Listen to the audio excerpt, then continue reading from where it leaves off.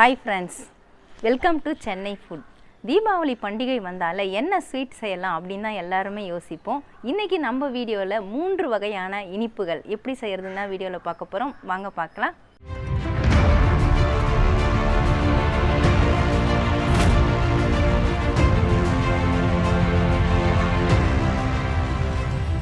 கோதுமை மாவு ஸ்வீட் செய்யறதுக்காக நான் அடுப்பு ஆன் பண்ணியிருக்கேங்க. அடுப்பு சிம்மில் வச்சுக்கோங்க. இந்த மாதிரி ஏதாவது ஒரு பேன் வச்சுக்கோங்க. 3/4 கப் அளவுக்கு நான் நெய் எடுத்துருக்கிறேன். 1 கப்பு கோதுமை மாவுக்கு 1 கப்பு சர்க்கரை, 3/4 கப்பு நெய். இது தாங்க இதுக்கு மெஷர்மெண்ட்டு. கிராமில் சொல்லணும்னா 100 கிராம் கோதுமை மாவு எடுத்திங்கன்னா 100 கிராம் சர்க்கரை எடுத்துக்கோங்க, 75 கிராம் நெய் எடுத்துக்கோங்க. இந்த நெய்யில் நம்ம 3/4 பாகத்தை பேனில் ஊற்றிக்கலாம். 1 ஸ்பூன் அளவுக்கு நிப்பாட்டிக்கிட்டால் போகிறோம். நம்ம கடைசியில் தான் யூஸ் ஆகும் அந்த 1 ஸ்பூன் நெய். கோதுமை மாவை நம்ம நெய்யில் தான் வறுக்க போகிறோம். இந்த கோதுமை மாவை இந்த நெய்யில் சேர்த்து விட்டுட்டு வறுத்துக்கலாம். நல்லா வாசனை வர அளவுக்கு வறுத்துக்கோங்க. கோதுமை மாவு நீங்கள் சிம்லேயே வச்சுட்டு ஒரு 30 செகண்ட் இந்த நெய்யில் வறுத்துக்கோங்க. நான் இப்போ 30 செகண்ட் வறுத்துட்டேங்க. அடுப்பு ஆஃப் பண்ணிவிட்டு இதை நம்ம ஒரு பிளேட்டுக்கு மாற்றிக்கலாம். மறுபடியும் நான் கோதுமை மாவு வறுத்த பேனை தான் அடுப்பில் வச்சுருக்கேங்க. அடுப்பு சிம்லேயே வச்சுக்கோங்க. நான் ஏற்கனவே சொன்ன மாதிரி 1 கப்பு கோதுமை மாவுக்கு நான் 1 கப் சர்க்கரை எடுத்திருக்கேன். அதை இதில் சேர்த்துக்கலாம். சர்க்கரை கரையிற அளவுக்கு தண்ணி சேர்த்துக்கோங்க. நான் 100 ml அளவுக்கு தண்ணி சேர்த்துருக்கேங்க. சர்க்கரை நல்லா கரையணும். கரைஞ்சிட்டு கம்பி பதம் வரணும். நான் அடுப்பு சிம்லேயே தான் வச்சு ஜீரா எடுக்கிறேங்க. இப்போ ஒரு கம்பி பதம் வந்துருச்சான்னு பார்ப்போம். சர்க்கரைலாம் நல்லா கரைஞ்சிருச்சு. நல்லா திக்காயிட்டு வருது. இது மாதிரி கையில் கொஞ்சம் தொட்டுட்டு நீங்கள் எடுத்து பார்த்தீங்கன்னா தெரிஞ்சிடும். இந்த மாதிரி எடுத்து பாருங்கள். இப்படி கையை எடுத்தோம்னா நடுவில் நூல் மாதிரி வரணும். அது மாதிரி வந்தால் ஒரு கம்பி பதம் வந்துருச்சுன்னு அர்த்தம். அவ்வளோதாங்க, ஒரு கம்பி பதம் வந்துருச்சு. இப்போ கொஞ்சம் ஏலக்காய் பொடி சேர்த்து விட்டுடலாம். நான் 2 பிஞ்ச் அளவுக்கு ஏலக்காய் பொடி எடுத்திருக்கேன். எந்த ஸ்வீட் ரெசிபி செஞ்சாலும் கொஞ்சம் சால்ட்டு சேர்த்துக்கோங்க. 1 பிஞ்ச் அளவுக்கு சால்ட் எடுத்திருக்கேன். அதையும் சேர்த்துட்டு நல்லா கலந்துக்கலாம். அடுப்பு சிம்லேயே வச்சுக்கோங்க. நாம் நெய்யில் வறுத்த இந்த கோதுமை மாவை இதில் சேர்த்து விட்டுடலாம். நல்லா கலந்து விட்டுக்கோங்க. ஜீராவோட இந்த கோதுமை மாவு நல்லா மிக்ஸ் ஆகணும். இந்த ஸ்வீட்டை சட்டுன்னு செய்யலாங்க. நம்ம டீ வைக்கிற டைமுக்குள்ளேயே இந்த ஸ்வீட்டை ரெடி பண்ணிடலாம். வீட்டுக்கு திடீர்னு விருந்தாளி வந்தால் கூட சட்டுன்னு ஒரு ஸ்வீட் ரெசிபி வேணும்னா இது செஞ்சிடலாங்க. நல்லா திக்காயிட்டு வருது பாருங்கள். சர்க்கரை பாகோடு சேர்ந்து இந்த மாதிரி நல்லா சுருண்டு வரணும். இப்போ நாம் கொஞ்சம் நெய் நிப்பாட்டி வச்சுருந்தோம் இல்லைங்களா, அந்த நெய்யை நம்ம சேர்த்து விட்டுக்கலாம். நான் 1 ஸ்பூன் அளவுக்கு நெய் நிறுத்தி வச்சுருந்தேன். அதில் நான் 1/2 ஸ்பூன் தான் சேர்க்குறேன். மீதி 1/2 ஸ்பூன் நெய் நான் நிறுத்திட்டேன். இதுவே போதும். நல்லா கரண்டியோடு இழுத்துக்கிட்டு சுருண்டு வருது பாருங்கள். இதுதான் பதம் இந்த ஸ்வீட்டுக்கு. பாருங்கள் எப்படி இழுத்துட்டு வருது, பாத்திரத்தில் ஒட்டாமல். நெய் சேர்த்துட்டு கொஞ்சம் நேரம் இந்த மாதிரி நல்லா மிக்ஸ் பண்ணிவிடுங்க. நான் ஏற்கனவே பிளேட்டில் நெய் தடவி வச்சுருக்கேங்க. அந்த பிளேட்டுக்கு தான் நம்ம மாற்ற போகிறோம். அடுப்பு சிம்லேயே வச்சு செஞ்சுக்கோங்க. பாருங்கள் நல்லா சுருண்டு வருது. இப்போ நம்ம பிளேட்டுக்கு மாற்றி விட்டுடலாம். நான் அடுப்பு ஆஃப் பண்ணிடுறேன். இந்த மாதிரி நெய் தடவி ரெடியாக வச்சுக்கோங்க. இந்த மாதிரி விழணும் பிளேட்டில். இதை நம்ம லெவல் பண்ணிக்கலாம். நான் ஸ்பூனில் நெய் தடவி வச்சுருக்கேங்க பின்பக்கம். அதை வச்சு நல்லா இப்படி லெவல் பண்ணி விட்டுடலாம். நெய் தடவின ஸ்பூனை வச்சு நல்லா இந்த மாதிரி லெவல் பண்ணி விட்டுடுங்க. நல்லா கொஞ்சம் 50% ஆறுனதுக்கப்புறமா நம்ம கட் பண்ணிக்கலாங்க. நான் பாதாம் முந்திரிலாம் பொடியாக நறுக்கி வச்சுருக்கேன். அதை தூவி விட்டுடலாம். இப்போயே தூவி விட்டிங்கன்னா அந்த ஸ்வீட்டில் நல்லாவே ஒட்டிக்கும். அவ்வளோதாங்க, கொஞ்சம் நேரம் ஆறட்டும். ஆற விட்டுட்டு நம்ம கட் பண்ணலாம். கோதுமை மாவு ஸ்வீட்டை நம்ம பிளேட்டுக்கு மாற்றிட்டு ஒரு 30 நிமிஷம் ஆகிடுச்சுங்க. இப்போ நல்லாவே ஆறி இருக்குது ஓரளவுக்கு. 50% வந்தோடனே நான் கட் பண்ணணும்னு சொல்லியிருந்தேன். இப்போ பாருங்கள் இப்படி கை வச்சா அழுந்தலை, நல்லா க்ரிப்பாக இருக்குது. இப்போ நம்ம கட் பண்ணி விட்டுடலாம். கொஞ்சம் ஆறினவுடனே கட் பண்ணாதாங்க ஈஸியாக இருக்கும். இந்த மாதிரி கத்தியில் நெய் தடவி வச்சுக்கோங்க. கத்தியில் நெய் தடவிட்டு நீங்கள் கட் பண்ணிங்கன்னா கத்தியில் ஒட்டாமல் வரும். அதுக்கு தான் நான் ஸ்ட்ரெயிட்டாக கோடு போட்டிருக்கேன். இப்போ கிராஸில் போட்டுக்கலாம், கிராஸ் கட் மாதிரி. இப்போ தான் நமக்கு டைமண்ட் ஷேப்பில் பீசஸ் கிடைக்கும். நான் கத்தி வச்சு நல்லா கட் பண்ணிட்டேங்க. பாருங்கள் இப்போ கட்டிங் உங்களுக்கு தெரிஞ்சிருக்கும்னு நினைக்கிறேன். இன்னும் நல்லா ஆறணுங்க. ஆறுனதுக்கப்புறமா நம்ம இன்னொரு பிளேட்டில் இந்த பிளேட்டை கவுத்து போட்டு தட்டி விட்டாலே பீசஸ்லாம் வந்துடும். ஆறுனதுக்கப்புறம் பார்ப்போம். அவ்வளவுதாங்க, கோதுமை மாவு ஸ்வீட் ரெடி ஆகிடுச்சுங்க. நான் கட் பண்ணி விட்டுட்டு ஒரு 15 நிமிஷம் ஆற விட்டுட்டு அதுக்கப்புறமா நான் பிளேட்டுக்கு மாற்றிட்டேங்க. அந்த பிளேட்டை கவுத்து போட்டு மாற்றினோடனே பீசஸ் எல்லாமே வந்துடுச்சு. பாருங்கள், நல்லா சாப்பிட்றதுக்கு நம்ம பீஸ் எடுத்து சாப்பிட்லாம். அந்தளவுக்கு நல்லா க்ரிப்பாக இருக்குது, நல்ல டேஸ்ட்டாக இருக்குங்க. வாயில் வச்ச உடனே சட்டுன்னு கரையும், அந்தளவுக்கு டேஸ்ட்டு கொடுக்குங்க. வீட்டில் இருக்கிற கோதுமை மாவை வச்சு ரொம்ப ஈஸியாக இந்த ஸ்வீட் ரெசிப்பியை நம்ம செய்யலாம். கண்டிப்பாக ட்ரை பண்ணி பாருங்கள். பாசிப்பருப்பு ஸ்வீட் செய்கிறதுக்காக நான் அடுப்பு ஆன் பண்ணிவிட்டு அடுப்பில் பேன் வச்சுருக்காங்க. இதே மாதிரி நீங்களும் வச்சுக்கோங்க. நான் 1/2 கப்பு அளவுக்கு தான் பாசிப்பருப்பு எடுத்திருக்கேங்க. உங்களுக்கு எவ்வளவு ஸ்வீட்டு தேவையோ அதுக்கு தகுந்தப்போல் நீங்கள் பருப்பு எடுத்துக்கலாம். ஆனால் அளவு எல்லாமே நீங்கள் எந்த கப்பில் அளக்குறீங்களோ அதே கப்பில் தான் எல்லாமே நம்ம மெஷர்மெண்ட் அளக்க போகிறோம். இந்த 1/2 கப்பு பாசிப்பருப்பை நம்ம வறுத்து எடுத்துக்கலாம். நல்லா வாசனை வரணும், கலர் கொஞ்சம் சேஞ்ச் ஆகணும், அந்த அளவுக்கு வறுத்துக்கலாம். நான் இப்போ பேனில் சேர்த்து விட்டுறேன். மீடியம் ஃப்ளேமில் வச்சுட்டு வறுத்துக்கோங்க. பாசிப்பருப்பு இப்போ நல்லா வறுபட்டுருச்சுங்க. பாருங்கள், கொஞ்சம் கலர் சேஞ்ச் ஆகிருக்கு. ஃபஸ்ட்டு இருந்ததுக்கும் இப்போ இருந்ததுக்கும் நல்லா வாசனை வருது. இப்போ நான் இதை பிளேட்டுக்கு மாற்றிடுறேன். அடுப்பு ஆஃப் பண்ணிக்கலாம். பாசிப்பருப்பு வறுத்த அதே பேனை தான் நான் அடுப்பில் வச்சுருக்கேங்க. நம்ம வறுத்த பாசிப்பருப்பை வேக விட போகிறோம். வேக விடுறதுக்காக நான் எந்த கப்பில் பாசிப்பருப்பு எடுத்தனோ அதே கப்பில் 1/2 கப் அளவுக்கு நான் பால் சேர்க்குறேன். 1 கப் அளவுக்கு தண்ணி சேர்த்துக்கலாம். மொத்தம் 2.5 கப்பு நம்ம சேர்க்குறோம். இந்த பாலும் தண்ணியும் சேர்ந்து நல்லா சூடாகட்டுங்க. அதுக்கப்புறமா நம்ம வறுத்த பாசிப்பருப்பை சேர்த்து விட்டுடலாம். பேனில் சேர்த்து விட்ட பால் தண்ணி ரெண்டுமே இப்போ நல்லா சூடாயிடுச்சுங்க. கொதிக்கிற ஸ்டேஜுக்கு வந்துருச்சு. வறுத்த இந்த பாசிப்பருப்பை இதில் சேர்த்து விட்டுடலாம். ஒரு கொதி வர வரைக்கும் ஹை ஃப்ளேமில் வச்சுக்கோங்க. கொதி வந்த உடனே அடுப்பை சிம்மில் வச்சுருங்க. ஒரு 10 நிமிஷம் போல் இந்த பருப்பை நாம் வேக விடணும். பாசிப்பருப்பை நான் இந்த மாதிரி மூடி போட்டு வேக விட்டுருக்கேங்க. ஒரு 10 நிமிஷம் அடுப்பை சிம்மில் வச்சுட்டு வேக விட்டால் போகிறோம். பாருங்கள், பருப்பு நல்லா இழஞ்சிடுச்சு. நம்ம சேர்த்து விட்ட அந்த பால் தண்ணி எல்லாமே வற்றி வந்துருச்சு பாருங்கள். நீங்கள் இந்த மாதிரி பருப்பு எடுத்துகிட்டு கையில் நசுக்கி பார்த்தாலே பருப்பு வெந்துதா இல்லையான்னு தெரியும். பாருங்கள், அப்படி நசித்த உடனே பருப்பு நல்லா நசிஞ்சு போகுது. இப்போ நம்ம அடுப்பு ஆஃப் பண்ணிவிட்டு இந்த பருப்பு நல்லா ஆற விட்டுடலாம். ஆறுனதுக்கப்புறம் தான் நம்ம மிக்ஸி ஜாருக்கு மாற்றிட்டு அரைக்க முடியும். உங்களுக்கு இந்த மாதிரி பேனில் வேக வச்சு அரைக்கிறது கஷ்டமாக இருந்ததுன்னா நீங்கள் குக்கரில் கூட இந்த பருப்பு போட்டுட்டு ஒரு 2 விசில் வேக வச்சு இறக்கிக்கலாம். இப்போ இந்த பருப்பு நல்லா ஆறட்டும். நான் கீழே இறக்கிடுறேன். பாசிப்பருப்பை நான் ஃபேன் அடியில் வச்சுட்டு நல்லா கலரி விட்டுட்டே இருந்தாங்க. ஒரு 2 நிமிஷத்துலேயே நல்லா ஆறிடுச்சு. பாருங்கள், அப்படியே ஆனால் அரைச்சது போல் நல்லா மசிஞ்சிருக்குது. இப்போ நம்ம நல்லா பேஸ்ட் மாதிரி நைஸாக அரைச்சி எடுக்கணும். ஆனால் நான் மிக்ஸி ஜாருக்கு மாற்றிட்டு அரைச்சி எடுத்துக்கலாம். நான் மிக்ஸி ஜாருக்கு மாற்றி விடுறேன். ஆற விட்டுட்டு ஜாருக்கு மாற்றுங்க. வேக வச்ச பாசிப்பருப்பை தண்ணி எதுவுமே சேர்க்க வேண்டாங்க. அதில் இருக்கிற ஈரப்பதமே போதும். இந்த மாதிரி நல்லா பேஸ்ட் மாதிரி அரைச்சி எடுத்துக்கோங்க. நல்லா நைஸாக அரைப்பட்டுருக்கு பாருங்கள்.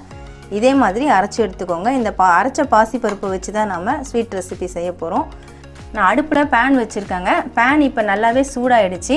நம்ம அடுத்ததாக ரவையை தான் நம்ம கிளறி எடுக்க போகிறோம். 1/2 கப்பு ரவைக்கு நான் 1 கப் அளவுக்கு பால் எடுத்து வச்சுருக்கேங்க. இந்த கப்பில் தான் நான் 1 கப்பு பால் நான் அளந்து ஊற்றி வச்சுருக்கேன். ஃபஸ்ட்டு இந்த பாலை நம்ம இதில் சேர்த்து விட்டுடலாம். எல்லாமே மெஷர்மெண்ட்டு ஒரே கப்பில் நீங்கள் பண்ணிக்கோங்க. அப்போ தான் கரெக்டாக இருக்கும். பால் கொஞ்சம் சூடாகட்டும். சூடானதுக்கப்புறமா நம்ம ரவையை சேர்த்துக்கலாம். பேனில் சேர்த்து விட்ட பால் இப்போ நல்லாவே சூடாயிடுச்சுங்க. பொங்குற ஸ்டேஜுக்கு வந்துருச்சு. இப்போ நம்ம ரவையை சேர்த்துட்டு கலந்துக்கலாம். 1/2 கப்பு ரவைக்கு 1 கப்பு பால் சேர்த்துக்கோங்க. மெஷர்மெண்ட்டு கரெக்டாக இருக்கும். நம்ம 1/2 கப்பு பாசிப்பருப்பு எடுத்ததுனால நான் 1/2 கப்பு ரவை எடுத்திருக்கேன். நீங்கள் பாசிப்பருப்பு எவ்வளோ எடுக்கிறீங்களோ அதுக்கு தகுந்தாப்போல் நீங்கள் 1 கப்பு பாசிப்பருப்பு எடுத்திங்கன்னா 1 கப்பு ரவை எடுத்துக்கணும். அதே மாதிரி மெஷர்மெண்ட் எல்லாம் ஒரே கப்பில் நீங்கள் அளந்துக்கோங்க. அப்போ தான் கரெக்டாக நமக்கு ஸ்வீட் நல்லா டேஸ்ட்டாக கிடைக்கும். அடுப்பு சிம்மில் வச்சுட்டு இந்த மாதிரி கலந்து விட்டுக்கிட்டே இருங்க. நல்லா சுருண்டு வரும். இப்போ ரவை நல்லா பாலோடு சேர்ந்து சுருண்டு வருது பாருங்கள், திக்காயிடுச்சு. இந்த ஸ்டேஜில் நாம் அரைச்ச இந்த பாசிப்பருப்பை இதில் சேர்த்து விட்டுடலாம். ரெண்டுத்தையும் ஒன்றா சேர்த்து மிக்ஸ் பண்ணணும். அரைச்ச பாசிப்பருப்போட இந்த ரவையை சேர்த்து நல்லா மிக்ஸ் பண்ணிக்கோங்க. ரெண்டும் ஒன்று சேர்ந்து நல்லா மிக்ஸ் ஆகணும். அடுப்பு சிம்லேயே வச்சுட்டு மிக்ஸ் பண்ணுங்கள். நல்லா கெட்டியான பதத்துக்கு வந்துருச்சு பாருங்கள். அரைச்ச பாசிப்பருப்பையும் ரவையும் சேர்த்து நல்லா கலந்தாச்சுங்க. பாருங்கள், நல்லா சுருண்டு வருது, பேனில் ஒட்டலை. இந்த சமயத்தில் நம்ம 1 ஸ்பூன் நெய் சேர்த்து விட்டுக்கலாம். சேர்த்துட்டு ஒரு முறை நல்லா கலந்து விட்டுடலாம். நெய் சேர்த்துட்டு நல்லா மிக்ஸ் பண்ணியாச்சுங்க. இன்னும் நெய் சேர்த்த உடனே பாருங்கள், பேனில் சுத்தமாக ஒட்டலை, நல்லா சுருண்டு வருது. இந்த சமயத்தில் நாம் அடுப்பு ஆஃப் பண்ணிடலாம். இந்த மாதிரி நல்ல ஒரு திக்கான ஒரு கன்சிஸ்டன்சி இருக்கணும். அப்போ தான் நல்லாயிருக்கும். இப்போ அடுப்பு ஆஃப் பண்ணிவிட்டு இதை நான் பவுலுக்கு மாற்றி விட்டுறேன். கை பொறுக்கிற சூடு வரணும். அதுக்கப்புறமா தான் நாம் ரெடி பண்ண முடியும். கொஞ்ச நேரம் ஆற விட்டுடலாம். மாவு பவுலுக்கு மாற்றிட்டு ஆற விட்டுருக்கோங்க. அது ஆறுறதுக்குள்ளே நம்ம ஜீரா ரெடி பண்ணிக்கலாம். ஜீரா ரெடி பண்ணுறதுக்காக நான் ஒரு சாஸ்பேன் தான் அடுப்பில் வச்சுருக்கேன். நம்ம எந்த கப்பில் பாசிப்பருப்பு எடுத்தோமோ அதே கப்பில் தான் நான் சர்க்கரை எடுத்திருக்கேன். அரை கப் பாசிப்பருப்பு, அரை கப் ரவை எடுத்திருந்தாங்க. மொத்தம் 1 கப்பு நம்ம எடுத்திருந்தோம். அதனால் நான் 1 கப் அளவுக்கு சர்க்கரை எடுத்திருக்கேன். நீங்கள் எவ்வளவு பாசிப்பருப்பு ரவை எடுக்கிறீங்களோ அதுக்கு தகுந்தப்போல் நீங்கள் சர்க்கரை எடுத்துக்கலாம். இந்த சர்க்கரையை நான் இதில் சேர்த்து விட்டுறேன். சர்க்கரை முழுகிற அளவுக்கு தண்ணி சேர்த்துக்கோங்க. நமக்கு கம்பி பதெல்லாம் வரணுன்ட்டு அவசியம் இல்லைங்க. சர்க்கரை கரைஞ்சி ஒரு பிசுபிசுப்பு தன்மை வந்தால் போதும். அடுப்பு மீடியம் ஃப்ளேமில் வச்சுக்கோங்க. சர்க்கரை நல்லா கரைஞ்சிருச்சுங்க. கரைஞ்சிட்டு இப்போ பாருங்கள், ஜீரா நல்லா கொதிக்க ஆரம்பிச்சிருச்சு. இது மாதிரி எடுத்துகிட்டு 2 விரலில் தொட்டு பார்த்தா பிசு பிசுன்னு ஒட்டணும். ஒட்டுச்சுனால ஜீரா ரெடி ஆகிடுச்சின்னு அர்த்தம். இப்போ நல்லா பிசு பிசுன்னு ஒட்டுதுங்க. எனக்கு 2 விரல்லையும் அப்படியே பிசு பிசுப்பாக ஒட்டுச்சுன்னா நமக்கு ஜீரா ரெடி ஆகிடும். இப்போ ஜீரா ரெடி ஆகிடுச்சு. நான் அடுப்பை ஆஃப் பண்ணிடுறேன். கொஞ்சமாக ஏலக்காய் பொடி மட்டும் சேர்த்துக்கலாங்க. ஏலக்காய் பொடி ஆப்ஷனல் தான், உங்களுக்கு பிடிச்சிருந்தா சேர்த்துக்கோங்க. நான் 2 பிஞ்ச் அளவுக்கு ஏலக்காய் பொடி எடுத்திருக்கேன், அதை சேர்த்துடுறேன். சேர்த்துட்டு அடுப்பை ஆஃப் பண்ணிடலாம். நமக்கு ஜீரா ரெடி ஆகிடுச்சு. இப்போ மாவு நல்லாவே ஆறிடுச்சுங்க. கை பொறுக்கிற சூடு இருக்குது பாருங்கள். இதை ஒரு முறை நல்லா இந்த மாதிரி பிசைஞ்சிக்கோங்க. கையில் ஒட்டல பாருங்கள். இது மாதிரி பிசைஞ்சு விட்டுடலாம். எல்லாத்தையும் ஒன்று சேர்த்து பிசைகிறோம், அவ்வளோதான். நான் எல்லாத்தையும் ஒன்று சேர்த்து பிசைஞ்சிட்டேங்க. பாருங்கள், நல்லா சாஃப்டான ஒரு மாவு பதத்துக்கு கட்டியாக நமக்கு கிடச்சிருக்கு. இதுலேருந்து நம்ம சின்ன சின்ன உருண்டைகளாக எடுத்துக்கலாம். உங்களுக்கு கையில் ஒட்டாமல் பிசையணுன்னா கொஞ்சம் கையில் நெய் தொட்டுட்டு கூட நீங்கள் பிசைஞ்சிக்கலாம். இப்போ நம்ம உருண்டை உருட்டி எடுக்கிறதுக்கு முன்னாடி கொஞ்சமாக நெய் எடுத்து கையில் அப்ளை பண்ணிக்கலாம். அப்போ தான் நமக்கு ஒட்டாமல் ஈஸியாக செய்ய முடியும். இந்த மாதிரி நெய்யை கொஞ்சம் எடுத்து கையில் அப்ளை பண்ணிக்கோங்க. உங்களுக்கு ஸ்வீட் எந்த சைஸ்க்கு வேணுமோ அந்த சைஸ்க்கு நீங்கள் எடுத்துக்கலாம். நான் சின்ன அளவு பால்ஸ் தான் எடுக்கிறேன். இந்த மாதிரி உருட்டிக்கோங்க. வெடிப்புலாம் இல்லாமல் நல்லா முழுமுழுன்னு இருக்கா மாதிரி உருட்டி எடுத்துக்கோங்க. பாருங்கள், வெடிப்புலாம் இல்லாதபடிக்கு உருட்டிக்கணும். அப்படி வெடிப்பு இருந்தால் நல்லா அழுத்தி உருட்டுங்க, வெடிப்புலாம் மறைஞ்சிரும். பாருங்கள், வெடிப்புலாம் இல்லாமல் நல்லா உருட்டியாச்சு. இதை லைட்டாக இப்படி கையில் வச்சு இப்படி ஒரு ப்ரெஸ்ஸிங் கொடுத்துருங்க. இப்படி ப்ரெஸ்ஸிங் கொடுத்துட்டு நடுவில் சின்னதாக ஒரு அழுத்தம் கொடுங்க. இந்த மாதிரி நம்ம மில்க் பேடாலாம் பண்ணுற மாதிரி தான், அந்த மெத்தடு தான் இது. பண்ணிவிட்டு நீங்கள் ஏதாவது ஒரு ஸ்பூன் இல்லைனா டூத் பிக் ஏதாவது எடுத்துக்கோங்க. எடுத்துகிட்டு அதில் நாம் இந்த மாதிரி டிசைன் பண்ணி விட்டுக்கலாம். நீங்கள் டிசைன் பண்ணாமல் அப்படியே கூட பொரிச்சிக்கலாம். டிசைன் பண்ணி விட்டால் பார்க்குறதுக்கு அழகாக இருக்கும். நான் இந்த ஸ்பூனை வச்சு தான் பண்ணுறேன், அவ்வளோதான். இதே மாதிரி நம்ம எல்லா பீஸையும் ரெடி பண்ணிக்கலாம். நான் ரெடி பண்ண மாவு எல்லாத்தையுமே இந்த மாதிரி ரெடி பண்ணிட்டேங்க. இந்த மாதிரி ஷேப்பில் ரெடி பண்ணியிருக்கேன். இப்போ நாம் இதை பொரிச்சு எடுத்துக்கலாம். பொரிக்கிறதுக்காக நான் அடுப்பில் பேன் வச்சுருக்கேன். எண்ணெய் ஊற்றிருக்கேங்க பொரிக்கிற அளவுக்கு. நல்லா இப்போ எண்ணெய் சூடாக இருக்குது. ஒரு பீசஸாக எண்ணெயில் சேர்த்து விட்டுடலாம். எண்ணெய் சூடான உடனே அடுப்பு மீடியம் ஃப்ளேமில் வச்சுக்கோங்க. கொஞ்சம் நேரம் இருக்கட்டுங்க. ஒரு பக்கம் பொரிஞ்சதுக்கப்புறமா நம்ம திருப்பி போட்டுக்கலாம். நல்லா பொன்னிறமாக செவந்ததுக்கப்புறமா தான் எடுக்கணும். எண்ணெயில் போட்ட உடனே கொஞ்சம் நேரம் அப்படியே விட்டுட்டு அதுக்கப்புறமா திருப்பி விடுங்க. திருப்பி விட்டதுக்கப்புறமா பாருங்கள், நல்லா செவந்துருச்சு. நல்லா கோல்டன் கலர் வந்துருச்சு. இப்போ நம்ம இது எல்லாத்தையும் பிளேட்டுக்கு மாற்றிக்கலாம். இதை நம்ம ஜீராவில் போட்டுடலாங்க. நம்ம ஏற்கனவே ஜீரா ரெடி பண்ணி வச்சுருக்கோம். அந்த ஜீராவில் போட்டுட்டு நல்லா ஒரு முறை மிக்ஸ் பண்ணி விட்டுடலாம். சூடாக இருக்கும்போதே ஜீராவில் போட்டுருங்க, அப்போ தான் சீக்கிரமாக ஊறிடும். இந்த மாதிரி பெரட்டி விடுங்க. அப்போ தான் 2 பக்கமும் நல்லா ஜீரா ஊறும். இந்த மாதிரி கொஞ்சம் நேரம் பெரட்டி விட்டிங்கன்னா தான் ஜீரா எல்லாமே நல்லா ஊறிட்டு நல்லா டேஸ்ட்டாக இருக்கும். ஒவ்வொரு பீசஸையும் நல்லா ஜீராவில் பெரட்டி விட்டுக்கிட்டே இருங்க. அவ்வளவுதாங்க, பாசிப்பருப்பு குலோப் ஜாமுன் ரெடி ஆகிடுச்சிங்க. ரொம்ப டேஸ்ட்டாக இருக்கும். வீட்டில் இருக்கக்கூடிய பாசிப்பருப்பு ரவையை வச்சு ரொம்ப ஈஸியாக இந்த ரெசிபியை செய்யலாங்க. இது ஜீராவில் ஒரு அரை மணி நேரம் ஊற விட்டுட்டு சாப்பிட்டோம்னா அவ்வளோ அருமையாக ஜூஸியாக இருக்குங்க. கண்டிப்பாக ட்ரை பண்ணி பாருங்கள். அடுப்பு ஆன் பண்ணிவிட்டு அடுப்பில் பேன் வச்சுக்கோங்க. பேன் நல்லா ஹீட் ஆன உடனே சிம்மில் வச்சுடுங்க. 1 ஸ்பூன் அளவுக்கு நம்ம நெய் சேர்த்து விட்டுடலாம். நான் இந்த கப்பில் 1 கப் அளவுக்கு ரவை எடுத்துருக்கேங்க. நீங்கள் எந்த கப்பில் ரவை எடுக்கிறீங்களோ அதே கப்பில் எல்லாமே மெஷர் பண்ணிக்கோங்க. இந்த ரவையை இதில் சேர்த்துடலாம். அடுப்பு சிம்லேயே வச்சுட்டு ரவை நல்லா வாசனை வர அளவுக்கு வறுத்துக்கணும். ரவையோட நிறம் மாறக்கூடாது, நல்லா வாசனை வர அளவுக்கு வறுத்துக்கிட்டால் போதும். ரவையை நான் 2 நிமிஷம் வறுத்துட்டேங்க. இப்போ நல்லா வாசனை வந்துட்டுருக்குது.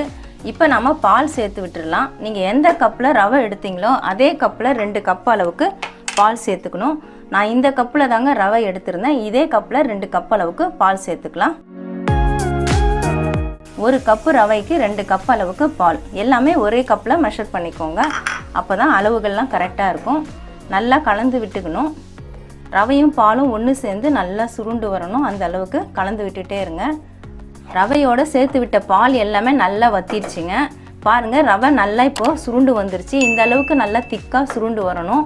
பேனில் ஒட்டலை பாருங்கள். இந்த அளவுக்கு நல்லா திக்காக சுருண்டு வந்தால் தான் அந்த ரவை வந்து பாலில் நல்லாவே வெந்துடும். இப்போ நாம் அடுப்பு ஆஃப் பண்ணிடலாங்க. ஆஃப் பண்ணிவிட்டு பேனை கீழே இறக்கிடலாம். கை பொறுக்கிற சூடு வரணுங்க. அது வரைக்கும் இந்த ரவை நல்லா ஆறணும். அதனால் மூடி போட்டு விட்டுடலாம். கை பொறுக்கிற சூடு வந்ததுக்கப்புறமா தான் நாம் பிசைய ஆரம்பிக்க முடியும். ரெடி பண்ண ரவை நல்லா சூடு ஆறணுங்க. அதுக்குள்ளே நாம் ஜீரா எடுத்துக்கலாம். ஜீரா எடுக்கிறதுக்காக நான் அடுப்பு ஆன் பண்ணிவிட்டு அடுப்பில் பேன் வச்சுருக்கேங்க. நீங்கள் எந்த கப்பில் ரவை எடுத்தீங்களோ அதே கப்பில் சர்க்கரை எடுத்துக்கோங்க. நான் 1 கப்பு ரவை எடுத்ததுனால 1 கப் அளவுக்கு சர்க்கரை எடுக்கிறேன். அதே கப்பில் தாங்க எடுக்கிறேன். எல்லாமே ஒரே கப்லேயே மெஷர் பண்ணிக்கோங்க. 1 கப்பு சர்க்கரைக்கு 1 கப் அளவுக்கு தண்ணி சேர்த்துக்கலாம். சர்க்கரை நல்லா கரையணுங்க. கரைஞ்சிட்டு கொதிக்க ஆரம்பிக்கணும். இதுக்கு பாகுபதெல்லாம் வரணுன்ட்டு அவசியம் இல்லைங்க. பிசுபிசுப்பு தன்மை வந்தால் போதும். அடுப்பு மீடியம் ஃப்ளேமில் வச்சுக்கோங்க. சர்க்கரை நல்லா கரைஞ்சிட்டு ஒரு 5 நிமிஷமாக ஜீரா கொதிச்சிட்ருக்குதுங்க. இப்போ இந்த மாதிரி தொட்டு பார்த்தீங்கன்னா கையில் 2 விரலையும் நம்ம வச்சு பார்த்தா ஒரு பிசுபிசுப்பு தன்மை வருங்க. இந்த அளவுக்கு நமக்கு ஜீரா ரெடி ஆனால் போகிறோம். நம்ம சாதாரணமாக குலோப் ஜாமுனுக்கு எப்படி ஜீரா ரெடி பண்ணுறோமோ அதே தாங்க, அதே மாதிரி தான் பண்ணணும். பிசுபிசுப்புன்னு ஒட்டினா போகிறோங்க. நமக்கு இதில் வந்து கம்பி பதெல்லாம் வரணுன்ட்டு அவசியம் இல்லை. இப்போ நாம் ஏலக்காய் பொடியை சேர்த்து விட்டுடலாம். நான் 1/2 ஸ்பூன் அளவுக்கு ஏலக்காய் பொடி எடுத்திருக்கேன். அதை இதில் சேர்த்துடுறேன். நல்லா கலந்து விட்டுக்கோங்க. அவ்வளவுதாங்க, நமக்கு ஜீரா ரெடி ஆகிடுச்சு. இப்போ நான் அடுப்பை ஆஃப் பண்ணிடுறேன். பாலில் வேக வச்ச ரவை இப்போ நல்லா கை பொறுக்கிற சூடு வந்துருச்சுங்க. இது எல்லாத்தையும் நல்லா ஒன்று சேர்த்து பிசைஞ்சிக்கணுங்க. ஒரு அழுத்தம் கொடுத்து பிசைஞ்சிக்கோங்க. அப்போ தான் நமக்கு மாவு பதத்துக்கு கிடைக்கும். ரெடி பண்ண ரவையை நல்லா அழுத்தம் கொடுத்து இந்த மாதிரி பிசைஞ்சு எடுத்துக்கோங்க. நல்லா ஒரு மாவு பதத்துக்கு நமக்கு கிடச்சிரும். இப்போ கொஞ்சமாக கையில் நெய் தடவிக்கலாம். நான் இது வரைக்கும் நெய் எதுவும் சேர்க்கலைங்க. அப்படியே தான் பிசைஞ்சேன். கையில் ஒட்டாமல் நல்லா உருட்டுறதுக்கு ஈஸியாக இருக்கும். அதுக்காக தான் நெய் தடவிக்கிறோம். கொஞ்சமாக நெய் எடுத்துகிட்டு இந்த மாதிரி 2 கையிலையும் அப்ளை பண்ணிக்கோங்க. இதிலேருந்து சின்ன சின்ன பால்ஸாக எடுத்துக்கோங்க. ரொம்ப பெருசாக எடுத்திங்கன்னா பொரிஞ்சதுக்கப்புறம் ரொம்பவே பெருசாக இருக்கும். அதனால் திட்டமாக எடுத்துக்கோங்க. உங்களுக்கு என்ன ஷேப் வேணுமோ அந்த ஷேப் நீங்கள் பண்ணிக்கலாங்க. Oval shape, cylinder shape, round shape, இந்த மாதிரி எந்த ஷேப் வேணுனாலும் நீங்கள் செஞ்சுக்கலாம். பாருங்கள், நான் ஓவல் ஷேப் தான் பண்ணியிருக்கிறேன். அடுத்ததாக ரவுண்டு ஷேப் ஒன்று பண்ண போகிறேன். மேலே வெடிப்புலாம் இல்லாமல் நல்லா முழுமுழுன்னு இருக்க மாதிரி உருட்டி எடுத்துக்கோங்க. நீங்கள் எந்த ஷேப் பண்ணாலும் மேலே வெடிப்பு இல்லாமல் நல்லா முழுமுழுன்னு இருக்க மாதிரி எல்லா பீஸையுமே உருட்டி எடுத்துக்கோங்க. இதே மாதிரி எல்லா பீஸும் நம்ம ரெடி பண்ணிக்கலாம்.